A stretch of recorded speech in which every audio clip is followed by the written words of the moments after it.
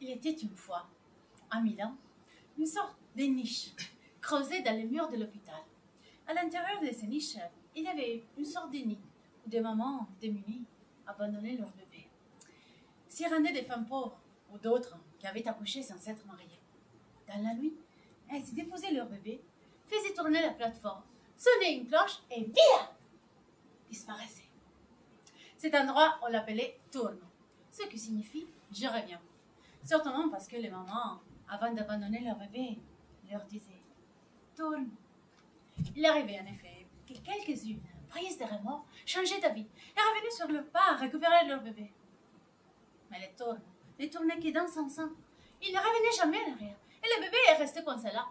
Alors, en 1866, la ville de Milan décida d'abolir les tournes pour toujours. Mais quelques jours avant de la fermeture, les sœurs de l'hôpital trouvèrent un beau bébé, une fille, avec un billet. Inès. Il y avait aussi un petit morceau de papier rose qui indiquait que la mère avait l'intention de revenir la chercher un jour. Les sœurs de l'hôpital gardèrent précieusement les papiers roses et confièrent le bébé à Lena, une femme pauvre des Coudes-Jaunes, au petit village à la campagne. Lena avait été une belle jeune femme, une femme de cœur aussi, qui avait décidé de rentrer dans les ordres. Pas qu'elle n'ait pas eu de prétendants, au contraire. 17 ans! J'ai refusé 17! Et ils n'ont même pas vu la couleur d'une chaise. Parce que, à cet temps-là, quand un homme allait chez une fille pour la courtiser, si l'homme lui plaisait, elle lui donnait une chaise. Sinon, il restait debout. Un jour, un bel homme vint au village. Il s'appelait Giulio. Il était matelot sur les navires, en partance pour l'Amérique. Il en avait vu des filles, et dans tous les ports. Mais quand il arriva à Coudes-Jaunes, vit Lena, autant vous dire qu'il a couru chez elle. « Non, maman, je ne vous vends aucun homme. Je veux être bonne sœur. »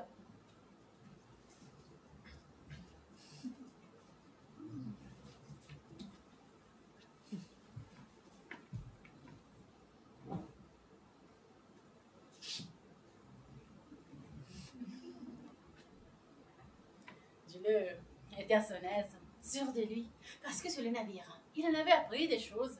Il savait lire, compter, parler comme un gentleman. Quand il a eu passé l'âge d'embarquer ses économies en poche, il acheta un bout de vignoble et ouvrit un bistrot. Lena n'avait plus besoin d'aller trémer à la filature comme toutes les autres femmes. Elle gérait le bistrot. C'était elle la patronne. Mais il lui manquait encore quelque chose. Elle commença ainsi à recueillir les bébés abandonnés à l'hôpital de Milan. Giulio avait une grande envie de devenir père, mais Lena avait un cœur de bonne sœur. Il vaut mieux les prendre à l'hôpital, les bébés. Ainsi, on ne meurt pas en couche, et en plus, l'hôpital me donne l'argent pour souvenir à leurs besoins. Leur premier bébé, Rosa, vécut chez eux pendant 8 ans, jusqu'à ce que la vraie mère revint la chercher à l'hôpital. Et ils furent bien obligés de lui rendre l'enfant. Lena était désespérée. Elle était carrément en colère contre Dieu, la Sainte Vierge, qui n'avait pas écouté ses prières. Dieu aussi avait le cœur brisé, mais il n'en voulait pas au bon Dieu. Elle ne se fâchait jamais avec personne. Il alla simplement à l'hôpital, regarda les bébés qu'ils allaient accueillir, et il dit, au lieu d'Inès, on l'appellera Rosa, comme la Rosa qu'on a perdue. Et cette Rosa, la deuxième, c'était moi.